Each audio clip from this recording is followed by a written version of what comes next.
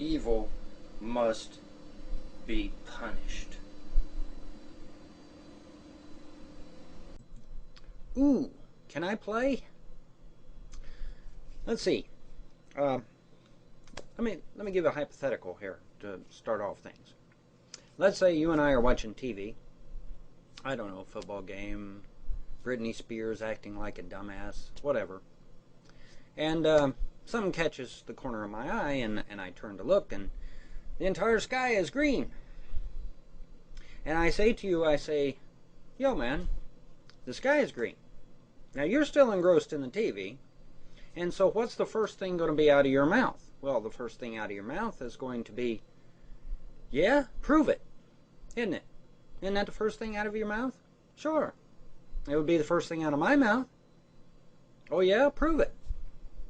But yet atheists get here on YouTube, and nobody, aside from myself or maybe a handful of others, has ever said, oh yeah, prove it. Now, atheism purports the idea that there is no God, that there never was a God, and that there never will be a God. So my question is, oh yeah, prove it. Well, you can't prove it. You can't. Any more than I could show you what casting a circle looks like.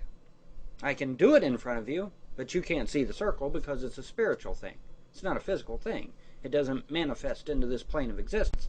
Which brings me to the point of this man right here, okay, who got the whole idea of universal theory started in the first place by suggesting a fourth plane of existence we call time-space. All right? And to say that this man is not a scientist, well, that's on you, but I think you might generate quite a few laughs if you said that. So, Mr. Einstein gets the whole ball of wax rolling, and now we've got up to today where we've gotten a fifth plane of existence, a sixth plane of existence, and I think latest reports is we're up to something like 30 planes of existence, and now we're even getting into alternate universes. Now, science demands that it must be a tangible thing. Okay, well, mathematics is clearly tangible. And that it must be a repeatable thing. Well, if we do the mathematic formulae, they always come out the same every single time. Okay, so there is a basis for universal theory, just as much as there is for the theory of relativity, for the theory of evolution.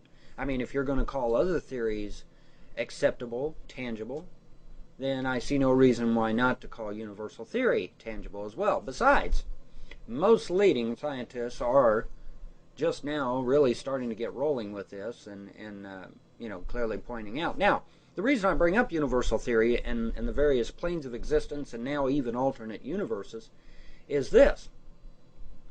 We recently took a proton, we hyperactivated it, hyper-excited it, I think is the term they used, and shot it through a glass tube. Well, it went from, naturally, as you would expect, it went from point A to point B, but somewhere in the middle there, it disappeared. Well, where the hell did it go? Matter is never destroyed. Energy is never destroyed. We know this.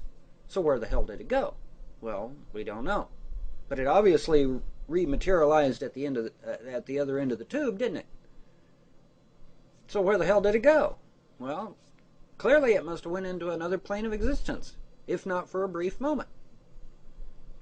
So when you posit the idea that there is no God, who's to say that that God does not exist in one of these other planes of existence that universal theory, at least mathematically, has proven?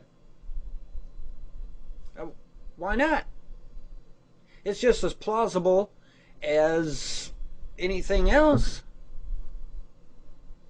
So maybe atheism has some sort of trump card up their sleeve that I'm not aware of.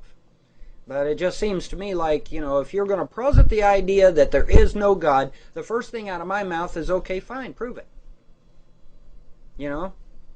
I mean, I submit that there is no such thing as atheism. And I said the same thing to Captain Awesome. Okay, so I'm not saying anything different to you than I've said to anybody else.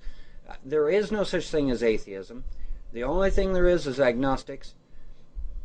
And atheism is a false religion created to, I don't know, maybe give agnostics a false hope that their desire to be more fleshly, more earthly, more I don't know what the term I'm looking for is. Anyway, I just don't think that atheism is viable because of that fact. Alrighty?